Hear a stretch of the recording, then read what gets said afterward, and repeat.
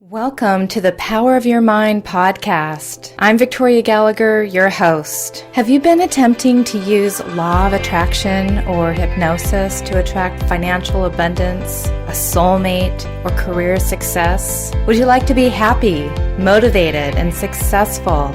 Have better health, enjoy more fulfilling relationships, overcome struggle, and gain mastery over your life? Then join me on this amazing self-help podcast where you'll unleash the power of your mind.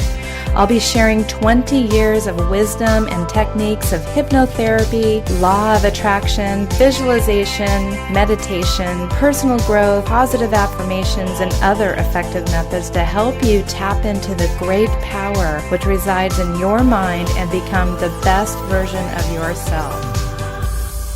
Hello and welcome to today's episode of the Power of Your Mind podcast. You're listening to episode number 72. I'm Victoria Gallagher, Law of Attraction coach and #1 best-selling author of Practical Law of Attraction. Align yourself with the manifesting conditions and successfully attract your desires. I'm a clinical hypnotherapist, founder of HipTalk.com, HypnoCloud apps. So be sure to stop by HipTalk.com and sign up for your free self-hypnosis video training course. And for our listeners who found us through Power of Your Mind podcast, you can get 35% off your first order of hypnosis downloads when you apply the code podcast to your shopping cart. And finally, you can download our latest app in the iTunes store called HypnoCloud. So today I have a very special guest with me, Jonathan Royle, or is it Alex William Smith? We'll find out in just a moment. So he works as a comedy stage hypnotist and a psychological entertainer and mind reader and entertaining psychic, and also is an established, successful celebrity life and business success coach. He works a lot with people with NLP, hypnotherapy, and complete mind therapy skills, and is regarded by many as one of the world's leading authorities and teachers of all things hypnotic and NLP. So welcome to the show. Hi, Victoria. Thanks for having me on. Thank you for being here. And so that's my first question for you, because today, just for our guests, to kind of give you a context of the way things work around here, you get your intention clear that you're going to do a show, Power of the Mind podcast. You have a guest that fails to show up. You make a post. This is the power of social media. You make a post, and literally 3 minutes later, you've got a guest. And so I just really want to thank Jonathan for stepping up to the plate. But Jonathan didn't reply to that with his Jonathan profile. He replied to it with his Alex William Smith profile. So I wanted to, because I'm not really familiar with the backstory on that, just kind of wanted to have you fill us in on that. Well, the dead rapid answer to that is that on the internet, there's a lot of hysteria on one level. I suppose on another level, urban myths regarding this person, Jonathan Royle, the hypnotist. Okay. And Jonathan Royle is a character. By birth, I am Alex William Smith.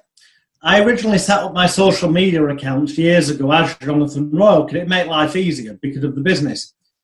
But certain people who've got the knife in for me, who are jealous of success I've had, made reports to Facebook saying he's not called Jonathan Royle. Now, if you look at your terms and conditions, you have to use what name's registered on your legal documents, unless it's a business page. Yes. Now, I'm not going to name people, but there's people in our industry whose names they use are not their birth names, who have got existing. I'm not going to name them because I don't want to drop them in it, because I mean them no harm. But they've not been reported. And obviously I couldn't prove I was born as Jonathan Royle. So my profile got shut down, and that's why now it says Alex William Smith, but in brackets underneath, known as Jonathan Royle. Okay. because Okay. I'm just abiding by social media rules. But in truth, 99% of people who know me, including family members, now call me Jonathan Royle. I just haven't gone to DPOL and got it legally changed on paperwork because I've nothing to prove one way or the other, you know. Yeah, definitely. Hmm. Definitely. Well, that's thank you for clearing that up. I really appreciate that. So, so you're more known, would you say, for the stage hypnosis or for the therapeutic side, or I mean, which, It what? depends. It depends. It depends where you are in the world and how old you are in this planetary body, rather than how old you are in your mind, because we know those are two very different things sometimes. In the 90s, in the early to mid to late 90s, certainly in England, Europe, yeah, mainly England, Europe, I was without a doubt known then under a different stage name, in fairness, which was Alex Leroy, as the most outrageous, controversial stage hypnotist on the planet. Oh, wow. You gotta tell me about that. Most Well, that still outrageous, haunts me a bit. controversial. Yeah, I mean, that still haunts me a bit because looking back, you've got to bear in mind that in 1993, January 1993, I was still only 17 years old then. So I do look back and I do have some regrets of the things that I did with youth and immaturity and too much ego. And I was doing really well in the world of stage hypnosis, making a lot of money. And I was 17 and, well, I did what pretty much any 17-year-old who didn't understand at the time what lots of money every night of the week was. And did get involved in going to parties. I don't know how graphic I should get, but yeah, I mean, you can fill in the blanks. Drugs, alcohol, Yeah, so rock and you roll, went kind of the down a full, dark path. yeah. And the show that I was doing at the time, I got held up as being this Mr. Most Outrageous Hypnotist, and I was. However, here's the irony. We're now in 2019, and I look at videos of what I did in 1990, 91, 92, 93, and at the time they would be considered obscene. On British television, they would not, even though there wasn't nudity, they would not have been allowed to be shown until after 9 o'clock, the watershed. Now in 2019, there is stuff that makes what I did then look tame Really? on Really? television at normal times of the day. So What I give was me doing some then, specifics. So what are some of the things that you did back then that you would consider as controversial, outrageous on stage? well, back then they were. Now I wouldn't. And now every stage hypnotist on the planet has done these kind of routines. I'm not saying they stole them from me, because the truth is that I got them from various stage hypnotists who were mentors of mine and stuff that had been going years before, including a guy called Gallagher, who is the only stage hypnotist I know of, certainly in England, whose parents and grandparents were stage hypnotists, going back to the time when it was called mesmerism. Yes. So we're going back that far. But I was doing stuff in like 1992 where men were giving birth to babies, women are having orgasms, they're simulating oral sex on me on stage. Yes, I was in rugby clubs and stuff and getting men to get the kit off. But these are things that are now actually pretty commonplace and very Yeah. tame. Yeah. I mean, it didn't honestly evolve I mean, I've been to stage shows in Vegas, and Mm. my internet connection is showing me unstable. So if we get cut off, we might need to do something, but it's better now. But you're telling, I've been to stage shows in Vegas, and I've heard of things happening in very similar to that these days. So you're not really saying anything that that isn't done today. No, exactly. Now you've got like Anthony Cools and Kevin Lapine out there doing great shows. I saw them both when I was last out in Vegas, and you've got people having sex on stage with chairs. Mm-hmm. Now, the slight difference is I was having them simulating sex with another member of the public. Right. So it was a bit further, but still, nonetheless, in this day and age, that's not bad. Right. But back in 1992, that was seen as real. And the way the press wrote it up, the national press wrote it up, and the way they wrote it up gave the reader the impression these people were naked and having real sex. They weren't. Right. Wow. But the media lie to sell newspapers. So that kind of ties into what one of my questions was going to be. And being a hypnotist myself for the last 21 years, I know how this stuff works, but there's a lot of misconceptions out there when it comes to stage hypnosis. I was just in a stage hypnosis show at the Mid-America Hypnosis Conference, and it was pretty lighthearted. It was funny. But you do things, obviously, that you would not normally do on stage in front of a large group of people. I mean, just not as an ordinary thing that you do. And so what is it, can you share with the audience? Like tell us, like, what is it that causes a person to, let's just say, kind of lose their inhibitions a little bit? You know, you're not drunk, you haven't had anything to drink, no one has any control over you, you're perfectly aware of what's happening the whole time, but the audience believes that you've completely lost your mind and you've lost control. So how do you explain that to a person?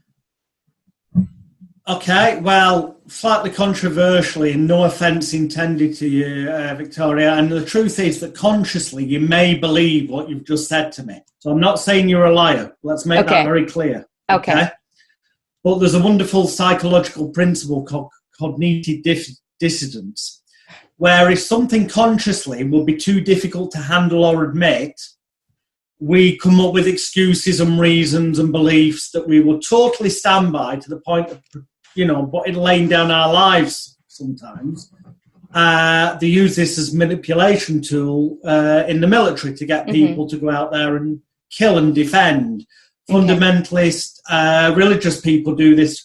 So there's that principle there. So bear that in mind. So I'm not on any level saying you're lying. You may truly believe what you're saying. I'm sure you do. But this is how I sum up stage hypnosis. Okay. There's only one of a few things happens with stage hypnosis. Either the volunteers take part and they end up genuinely believing they've been hypnotized. Okay?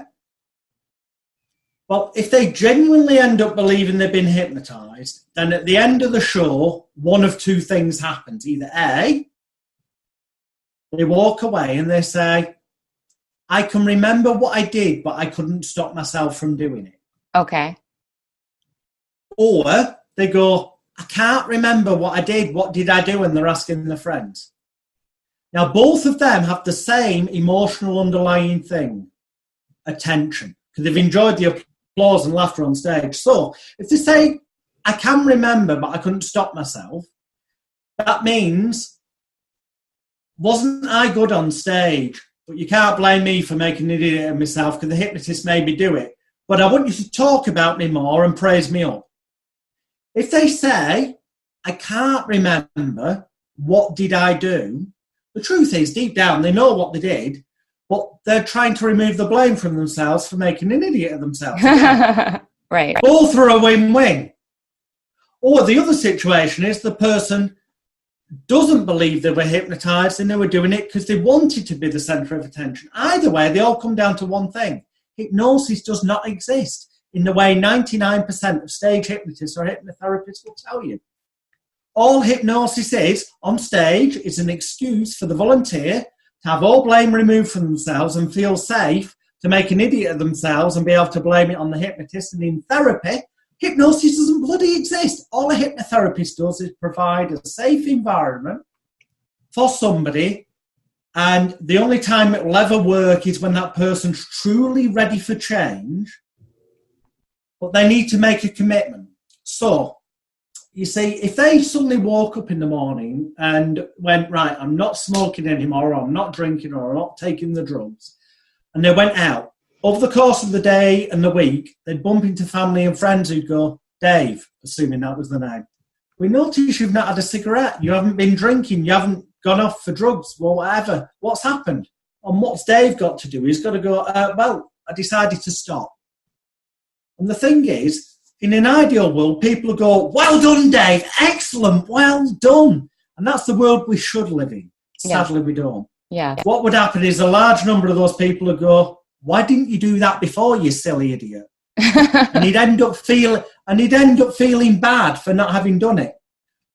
So rather than them feeling bad, he'd end up relapsing and going back to it so we could go, oh, look, it wasn't that easy.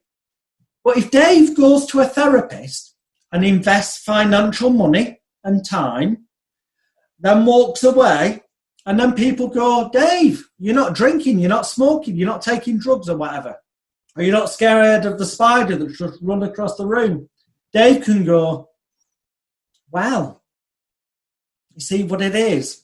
And this avoids anyone being able to say, why didn't you do it sooner? If they say, why didn't you do it sooner? He can go, well, I'd not heard about this therapist. But I had this therapist recommended to me. I didn't really believe in all that nonsense, but I went, and now I'm not scared of it. I wish I'd done it earlier. And then there's nowhere for his friends and family or strangers to go in terms of attacking him.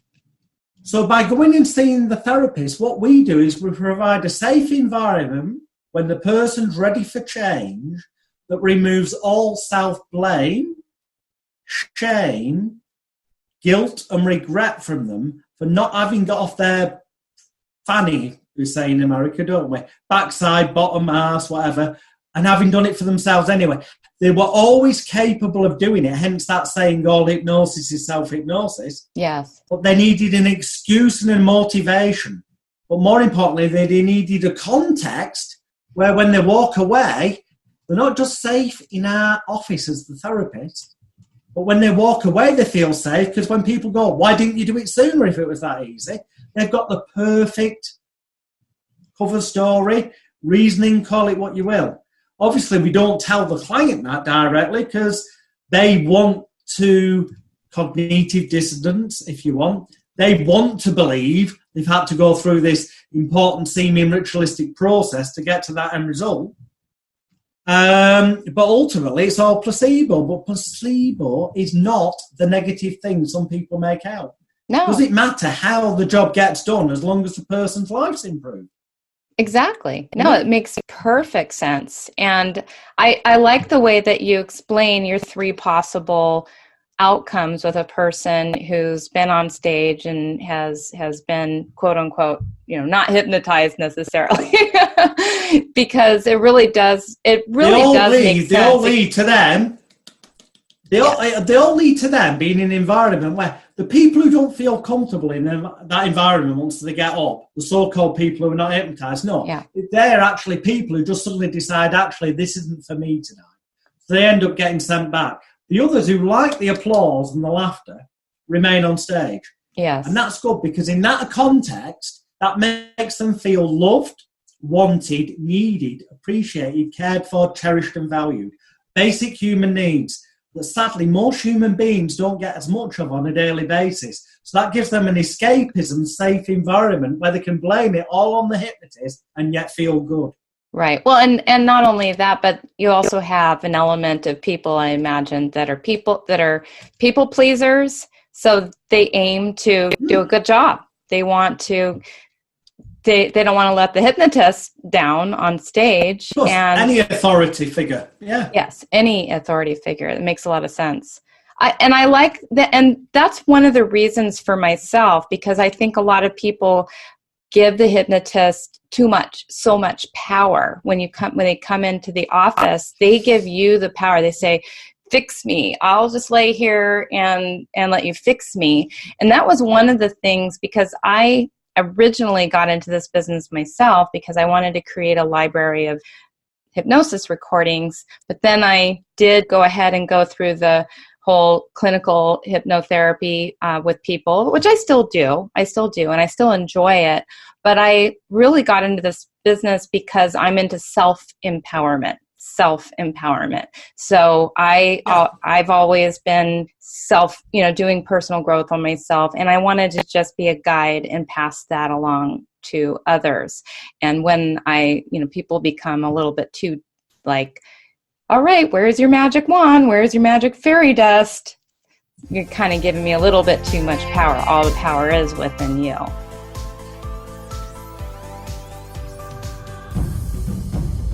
If you find value in this personal growth related material, I strongly recommend that you sign up for your $1 trial to my Personal Growth Club. Just head on over to personalgrowthclub.com and get a whole month of premium Personal Growth Club video training materials, meditations. You also get 6 free hypnosis sessions that are valued at over $174, all for this trial of just $1. Even if you cancel, you can keep the 6 hypnosis sessions. That's my gift to you, and that's how confident I am that you are going to love Personal Growth Club. Go to personalgrowthclub.com and start your $1 1-month trial today.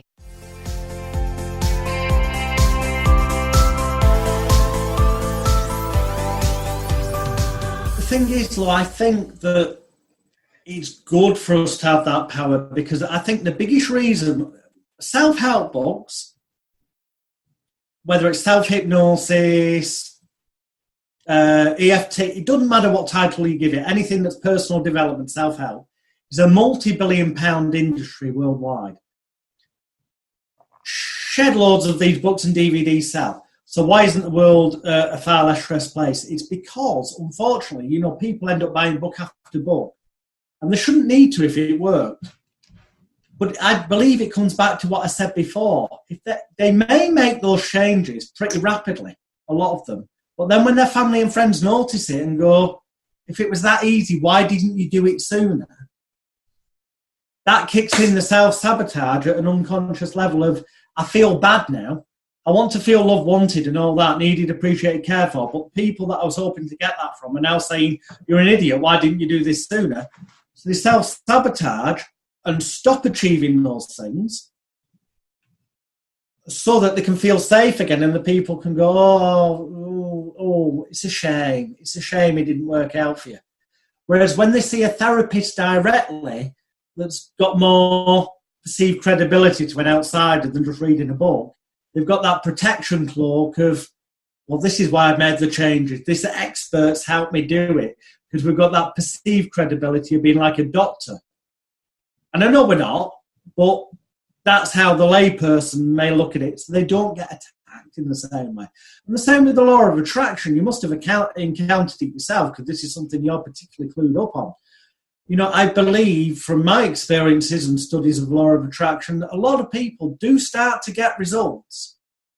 And they start to notice them and see if they, years ago when it was the secret hype, but years even before that, it was, something before that. They would start to get results, but then they'd be excited about it and they'd tell the friends, and the friends would laugh at it or poo-poo it. And that would make them feel bad, so then they would doubt themselves. Yes. And that's why then it apparently stopped working for them, because they, to protect themselves, stopped being in the state of mind of believing, because they were getting told that stuff by the friends. And I think it's very much the same thing in the therapy world. I absolutely agree with that. And, when it comes to law of attraction, it's very much relying on the reticular activating system in a lot of ways to just continue to validate more and more positive experiences. I mean, you can change your whole life around just based on what you're focused on, and that's common sense. And more thoughts are going to attract, more and more positive thoughts are going to attract more and more positive thoughts. It's conditioning the brain to tame those 70,000 thoughts that are coming at you on a daily basis to be more oriented toward the things that you desire to achieve and that you want. So, and it's, I always kind of laugh a little bit at people who don't believe in it. It's like, well, what is the harm? What is the harm in focusing on what you want? I mean, that's really what it comes down to. The trouble is when there are, sadly, in every industry, there's some people who push it too far in false claims. I mean, the idea that, focusing, manifesting in the right way, the idea that you're going to win the lottery, right, is unlikely to happen. Yes.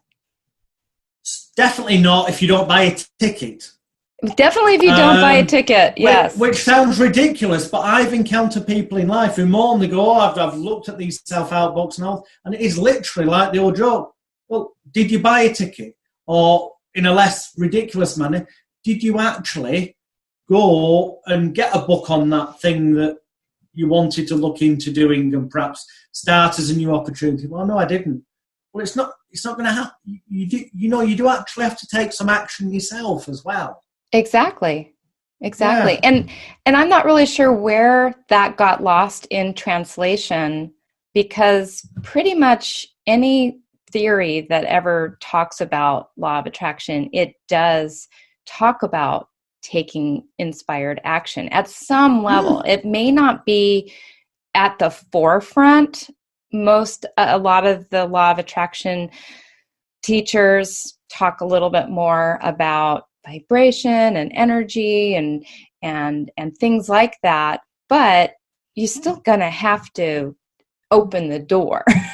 You're still going to have to pay attention to what your gut is telling you that you need to take action on. You're still going to need to do it's got something. very commercialized, hasn't it, with a lot of people in recent years. If we go back to the old text, like I'm having a brain block moment. Charles Hannay, the Master Key. Oh, yes. Mm-hmm. We go back to that, and he clearly talks about you've got to take action on this. Yeah, it's not just think it and it's going to happen. You've got to think it and also do something as well. He's a master key. He wrote the Master Key. That's right. Yeah, the Master Key, Charles Hannay, I believe. Yeah. So tell me a little bit more about your unique way of helping people to tap into the power of their mind. Okay, I do a thing called complete mind therapy, and the truth is there's nothing new about it whatsoever, other than the name, although that's not new, because I've had that copyrighted for 25 years. Repeat the name of that again. Complete mind therapy. Complete mind therapy. And the reason I came up with that is because it tells them what it is. It's therapy of the mind, and the word complete at the minute is a suggestion that there's nothing missing. So therefore it must be the best option. It was to stand out from, there were way too many hypnotherapists in the 90s in Manchester, so I came up with a different name. Now the actual what I do, yes, I have come up with a structure that's unique to me, but no separate element is new. Each element you can find in books going back to mesmerism days. All I've done is put them in a certain order. So I get people who imagine a television set, for example, with an image of how they once were in the past when it used to bother them, worry them or concern them. And then they turn down the volume and the sound and the contrast, which is your submodalities from NLP, turning them down. Then I get them to imagine unplugging the television, removing all power. So all that power is now gone, embedded command, gone completely. Ooh, I like the unplugging part. Then I get them to destroy it in a way that feels right for you. Just imagine perhaps setting it on fire, blowing it up, getting a chainsaw, whatever feels right for you. Imagine destroying it right now. So they totally go through this action in the mind of destroying all the negative feelings, thoughts, emotions, and connections of that once used to bother them in the past. Then we go through certain processes in their mind's eye where they imagine a kind of like measuring stick, like a thermometer, with mercury going from 0 to 100. Except this is a measuring stick that shows their levels of self-confidence, self-esteem, self-image, self-control, aka willpower, and feeling really good inside. Now, clearly, because you had this issue until you came into the office today, that was quite low. We want it to be 100% so it can never bother you as it once did in the past. So imagine in your mind's eye, heating up that mercury in a way that feels right for you, and just see it rising now. And we get them to rise it all the way up to 100%. And imagine in the mind's eye in a way that feels right for them, either staple gunning it, gluing it, stapling it, hammering it in with a nail, it doesn't matter. So they're locking, gluing, welding, cementing it in place at 100%, so it can never drop below that, so they know they've got within them whatever they need to draw upon as an automatic reflex action, whenever they need to continue as the confident, happy, healthy, relaxed non-smoker, or person who feels comfortable around spiders, whatever. You can fill in the blank at the end. It works for everything. And then I get them future pacing, they call it in NLP, to see a full-length mirror. And you see an image of themselves 6 months, 12 months from now. And the spider runs across the room and they're dead calm and they laugh. Or they're at a party being offered a drink where they used to then want a cigarette and they go, no, thank you, I don't smoke. And they look at themselves and notice how good they feel inside, how proud they feel. How great it is to see an image of themselves, healthy, happy. And we go through all this, and then we get them to walk into the magic mirror, put it on like a suit of armour, so it's like parts integration therapy as well. They're just some of the elements. There's another 6 elements. So it incorporates parts therapy, future pacing. It incorporates about 12 different therapies in one session. And that's why I'm confident to give people a full money-back guarantee when they come for a therapy session. And I see them in one session for anything. And you fix whatever is wrong in one session, guaranteed. Drug addicts, I've done the bloody lot. I've had to give 2 refunds in 30 years. Oh, that is amazing. That is great work. And so I don't think, but I'm not, that's not my work. You see, the thing is this, what I put together I think is really good. And if you believe that the processes are what are doing it, then yeah, I believe complete mind therapy is genius. And that sounds big-headed, but I've got thousands of students around the world who've used it with thousands of people. But actually, I don't believe that's truly why it works. I believe that those people I've taught it to may have been given confidence by this wonderful process to go out there and have the confidence to transmit to their clients that it will work. But I believe what really helped it work was their confidence transmitted to the client and creating that safe environment and giving the client the environment where they felt they were truly ready for change. I love that. So there's 12 pieces to your complete mind. Oh, at least 12. There's at least 12 elements. I mean, you broke it all down. There's hundreds of elements. I mean, it's got embedded commands in it. You know, like when you pull the television out of the wall, you're taking control. You're removing the power. It can no longer have any power over you. That's an embedded metaphor and command. There's magic stories in there. There's nested... And it's all within like a 45-minute therapy session. And, you know, anyone who wants to look into that further, I don't want to take any money off you, free of charge.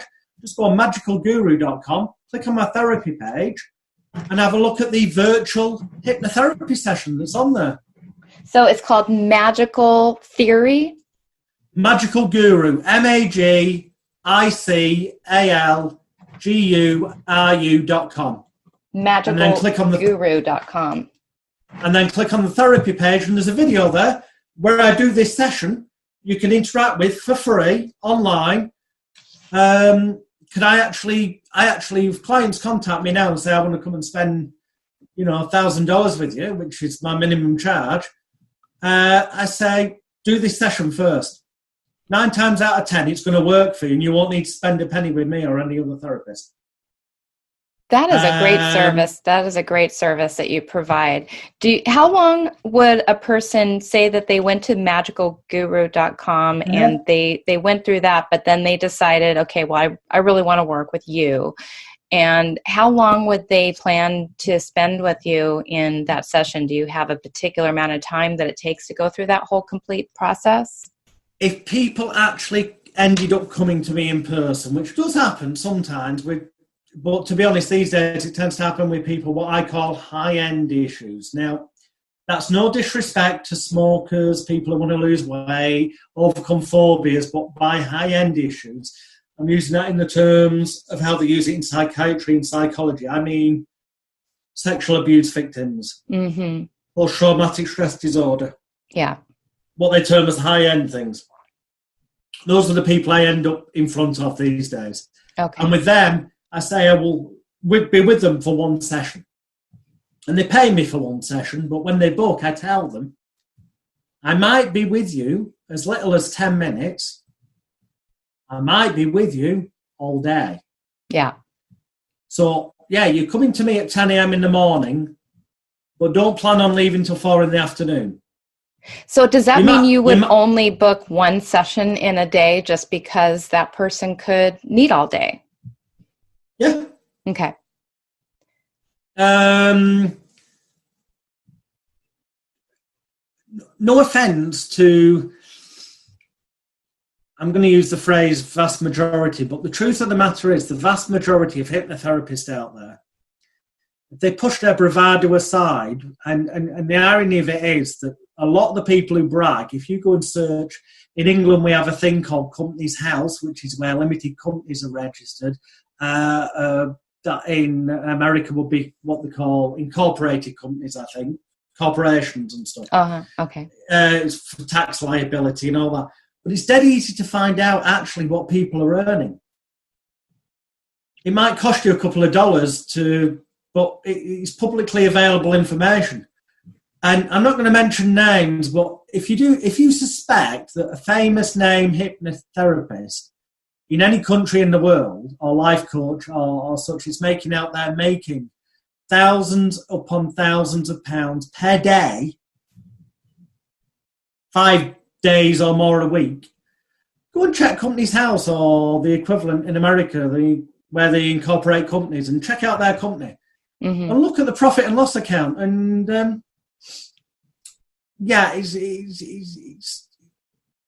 isn't what it appears. You know, where these people make their money, and I know because I coach a lot of them, famous name, and I can't say their names out loud legally, but what I can do is say that if you go on my website I mentioned earlier and click where it says testimonials, you will see testimonials from people who are famous on television around the world. So I'm not allowed to name them, but I am allowed to publish their testimonial. Such is the law.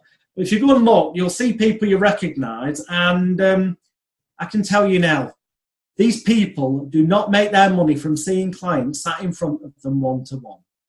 They make their money from selling books, video programs, appearing on TV shows, merchandising. That is where the money is, not in seeing clients one-to-one. Right. But is there a, and you know, with all due respect, I make most of I don't make my money from seeing clients either. I see most of my money I make is through, you know, my other body of work, my recordings and things like that. I'm not saying there's anything wrong with that. Yeah. The intelligent thing, there's only so many hours in the day. Yeah. What I'm saying is there's people out there who portray the public perception that they are seeing X amount of clients a week and that's how they're making their money and living this lifestyle. And with a little tiny little bit of digging, you can see that's bullshit. The truth is, they're making the money through merchandising, but they're living this false pretense. Why not just be honest and go, look, I'm now helping thousands more people through these, you know, books and this, that, the other, and media stuff.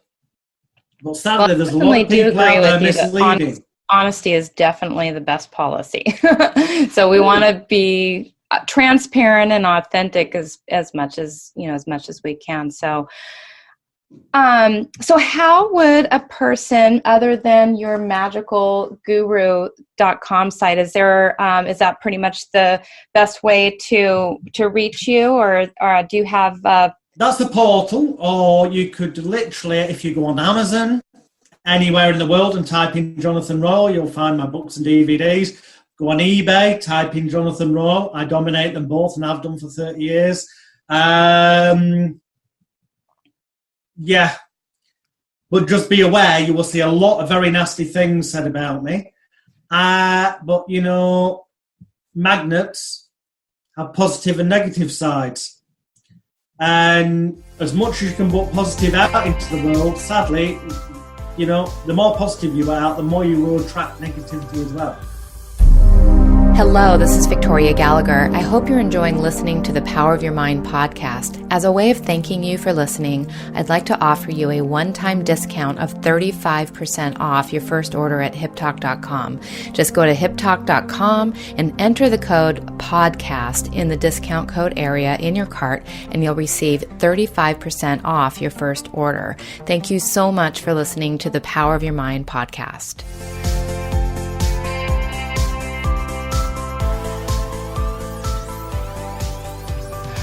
I always believe that there's a positive side to everyone and a negative side to everyone. I always try to look for the positive in everyone, and I think it's a good policy to live by. And if you're looking for things to be wrong with someone, you'll find it. But if you're looking for things to be good with somebody, you'll find that too. It all just depends on what you're looking for. None of us are perfect. And like I said earlier, in the early 90s, when I was 17, when I was mainly doing stage hypnosis, but I was doing some therapy, but I did, saying it now, like we said before, now it's like, oh, that's no big deal. But back then, it was a big deal. So in that context at that time, it was a big deal. So it got blown up by the media. And now people still take those press articles that are blown out of proportion and go, oh, you did this, you did that. Even though the reality of what went on is not that bad in this day and age, because the press writing up that a man apparently was giving birth to a baby, but then they write it in a way that conjures up an image in people's heads that the bloke's got no clothes on and he's being upset. Well, no, he's fully clothed at all times. Right. And, this is something like you said earlier, Vegas hypnotists are doing it now, and it's completely, it's even happened on family hypnosis shows these days. Things move on, but stuff, once it's in the media, people bring it up again. So there's a lot of, I wouldn't say it's necessarily disinformation. It's just out of context now. That is correct. And there's so much of that happens where even, just the opposite, where things that, so things that were pretty upsetting years ago today are perfectly acceptable. Also, the opposite is true as well. Things that used to be perfectly acceptable years ago, or that we were just ignorant to years ago, now these days are very upsetting. And so people will pull up things from people's past that used to be acceptable, and then point out what used to not be, things like that. So it's people, if we get hung up on the negative or whatever, if we get hung up on that, I mean, what we have to realize is that things are always evolving, they're always changing, and people change, circumstances change. People are always, I believe, and just as you do a lot of NLP, I'm sure you are very familiar with all the precepts, that people are always doing their best. They're always doing the best that they can do with their present level of awareness that they have. And I completely believe that. I always subscribe to that. I always really try to, I don't practice at 100% perfect all the time. I will have my moments every now and again, but I really do try to see the best in everyone. I mean, even if they're quote unquote a really bad person, in psychology, they talk about, crikey, I've had a mental, not mirroring as in mirroring and matching, reflection. I've had a mental block, but I'm going to say mirroring, and that isn't the word, so I'm saying that up front. But that concept that what can annoy us most when we look at an individual and we go, oh, we don't particularly like a behaviour pattern or the meta models. is because it can be reflected to us, the things that we know deep down unconsciously, we need to pay attention to ourselves. Oh, like the shadow, are you talking about the shadow work, the disassociated self and things like that? You can see it reflected to you from the person in front. And quite often there can be elements of that when then people then get on the defensive and go, well, it's easier to attack that person than face up to the fact that actually maybe that's something I need to address within myself. But none of us are perfect. There's no such thing as perfect. It's a construct. I think the nearest we can get to perfection, which is an impossible dream, because how would we ever know what that was? Because who decides what perfection is anyway, other than ourselves? And perfection is going to change from day to day, moment to moment. Exactly. But I think if you live by the Magna Carta, which laid out basically predated normal laws, and it basically said, paraphrase, don't do anything to physically, emotionally, spiritually, or in any other way harm your fellow human being. And if people did, and sadly we don't live in that perfect world, but if people could live on a basis where before they did things they considered and made sure it wouldn't negatively, physically, emotionally, spiritually, or in any other way impact other people in a way that would harm them, and how we things would change so massively. They would. However, it's kind of unrealistic even to live like that, because sometimes you don't even know that how you're being, if you're living your authentic, true self, you may not realize that what you're saying to somebody maybe offends somebody. You may do it unintentionally, is what I'm saying, because we all have our different levels of sensitivities and beliefs and values and self-awareness. And so we may say things to other people or do things that other people may not agree with and feel hurt by. Mm-hmm. And there is that other danger. Sadly, if everyone wants to think the same way in that regard, there's that danger that things could move into the area where people almost became like robots, in the sense of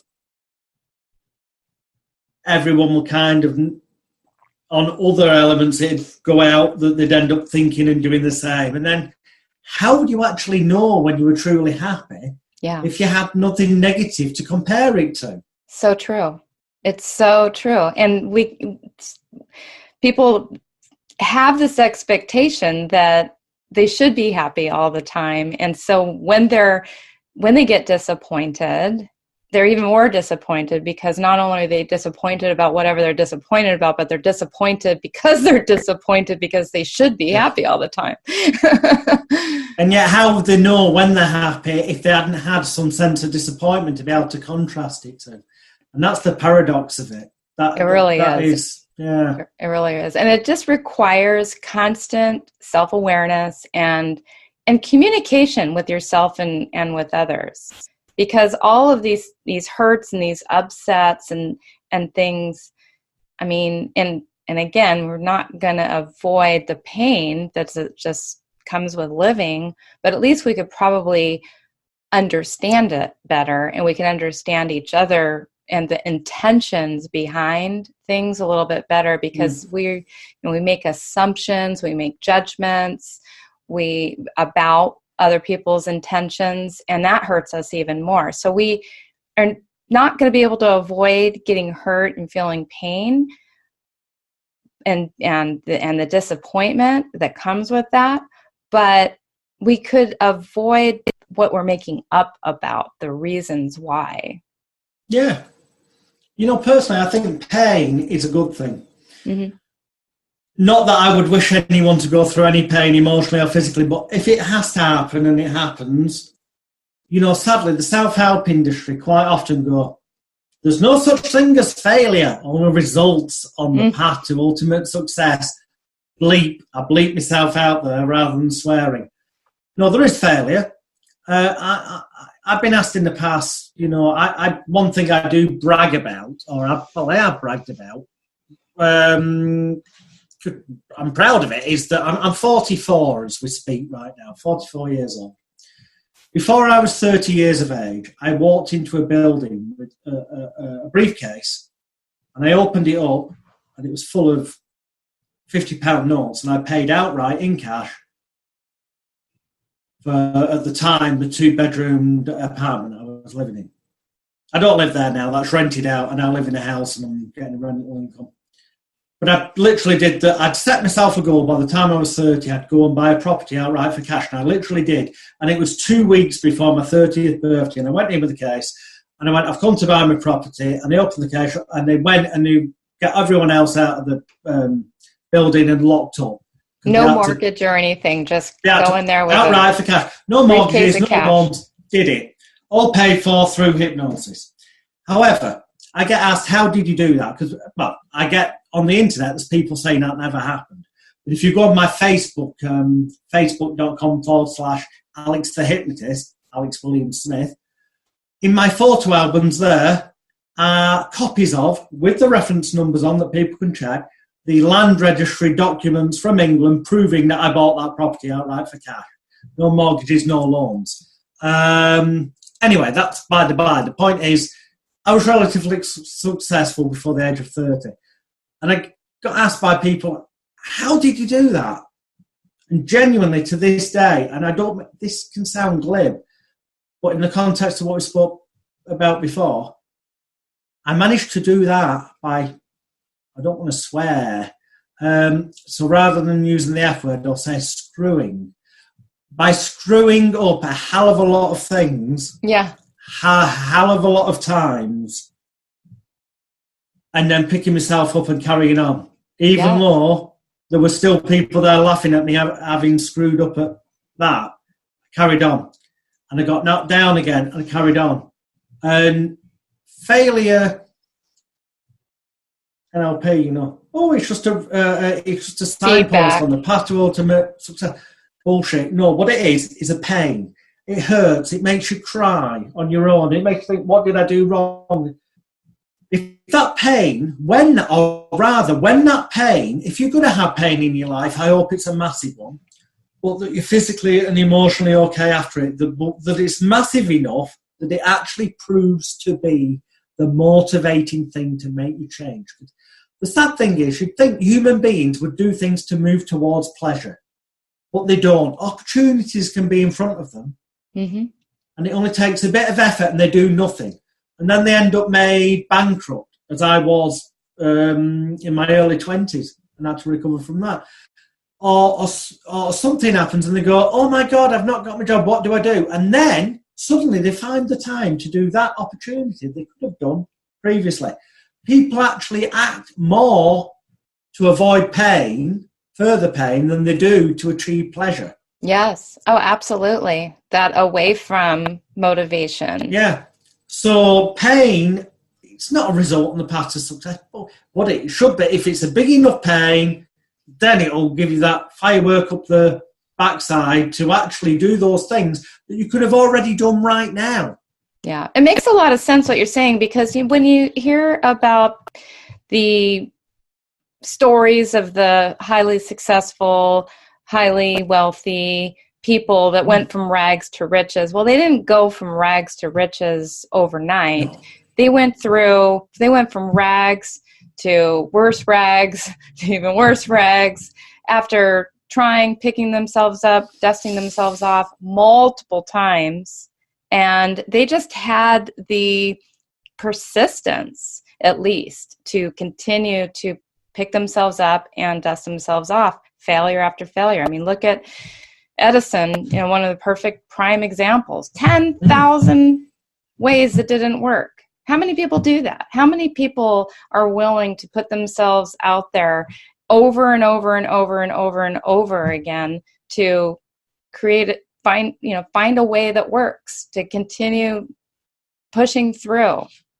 Failure yet, after really failure. scaringly, the really scary thing is that if they did keep doing that, they would achieve massive things. And yet, so many people who have got so much potential will take that energy to come up with 10,000 reasons why they can't make a tiny little change to get a step further to that fulfilling their full potential, which Yes. is really sad. There is so much potential inside, and Marianne Williamson made that quote about, it's not our darkness that scares us. It's all of, and I don't remember the exact word she used, but it's our full potential that actually scares us. Most people are scared. Exactly.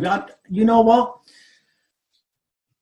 If I'm truthful, I'm probably still scared on some level of that. But I certainly was. In my teenage years when suddenly I had all this success and I was doing TV shows around the world and I was working anywhere between 7 to 14 hypnosis shows a week in the evenings and seeing therapy clients, and then going out in London celebrity haunts like Stringfellows, which in the 90s was a much bigger deal than it is now, and got into that whole celebrity culture thing.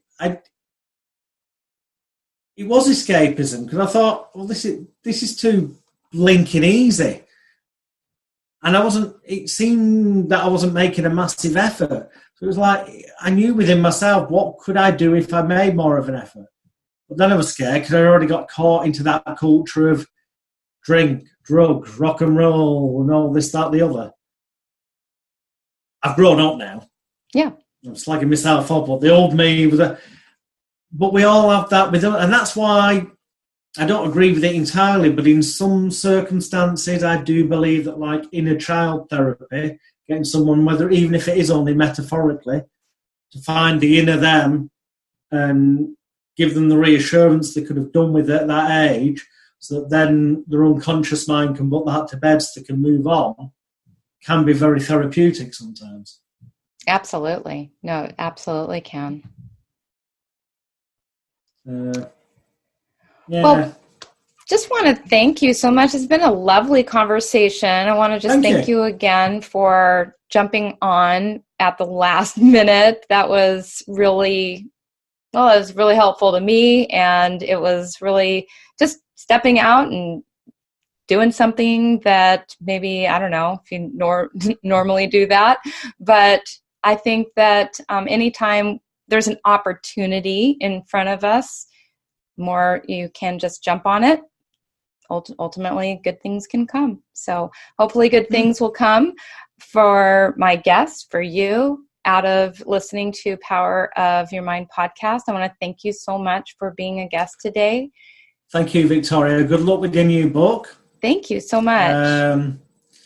I've heard very good things. I have got it on order, especially after I saw that Richard Nongard had recommended it, because I've known Richard for a number of years, and if he says something's good, that tells me in advance it is. Thank you so much. Yeah, just for our podcast listeners, my colleague Richard Nongard and I were at a hypnosis conference in the Mid-America just last week, and he was the keynote speaker. And during the keynote address, and this was an opportune time right before I was about to give my 2-hour class on manifest success with Law of Attraction, he holds up my book and tells 200 people about how wonderful my book is. So that was a shout out here to Richard Nongard for doing that for me. I feel so blessed to have that relationship. And so I want to encourage you guys to go ahead and stop by magicalguru.com and check out Jonathan Royle's session that you can do totally for free. And it's apparently a miracle session that will pretty much Let's don't use the word miracle. Not a miracle. The only miracles that exist are in your mind as the user. If you're ready for change, then the miracles will happen for you. I want to reiterate to say it just like that, just like you said it. Yeah. Yes. The miracles are within you. If you are ready for that change, the miracles can happen by going to magicalguru.com. So thank you so much for tuning in and listening to the Power of Your Mind podcast.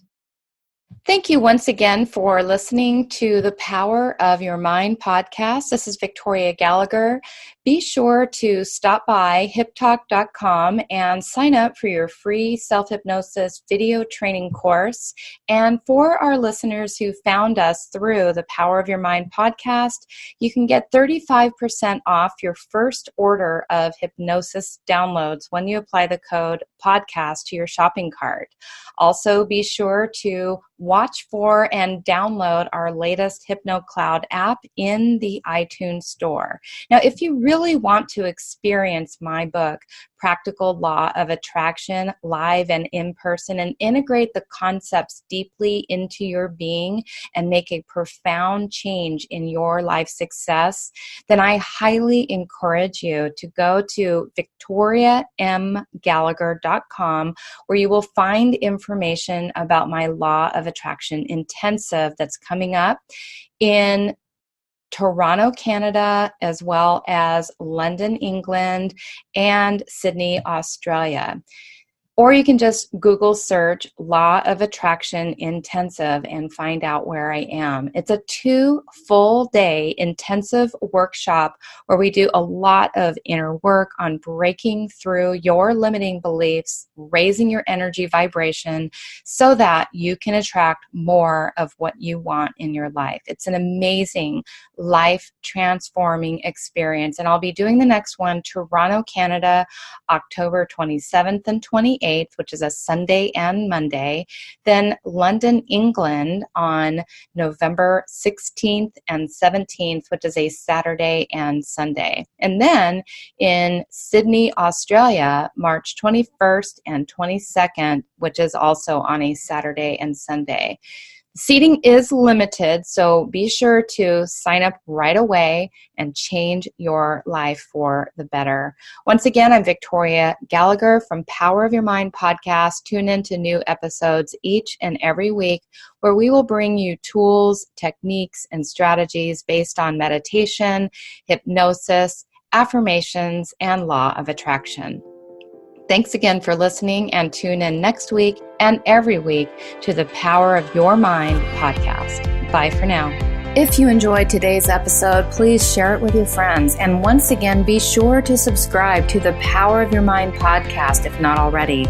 We can be found as Hip Talk on all our social media accounts. So like us on Facebook, follow us on Twitter and Instagram, subscribe on YouTube, and sign up for your free self-hypnosis video training course at hiptalk.com. Be sure to subscribe to the Power of Your Mind podcast, and you'll be instantly notified the moment the next podcast becomes available. Also, please be sure to leave a rating and a review to tell us how you're enjoying these episodes, and that way you're making a contribution toward others getting to share in this valuable information. Thank you so much, and I'll talk to you soon.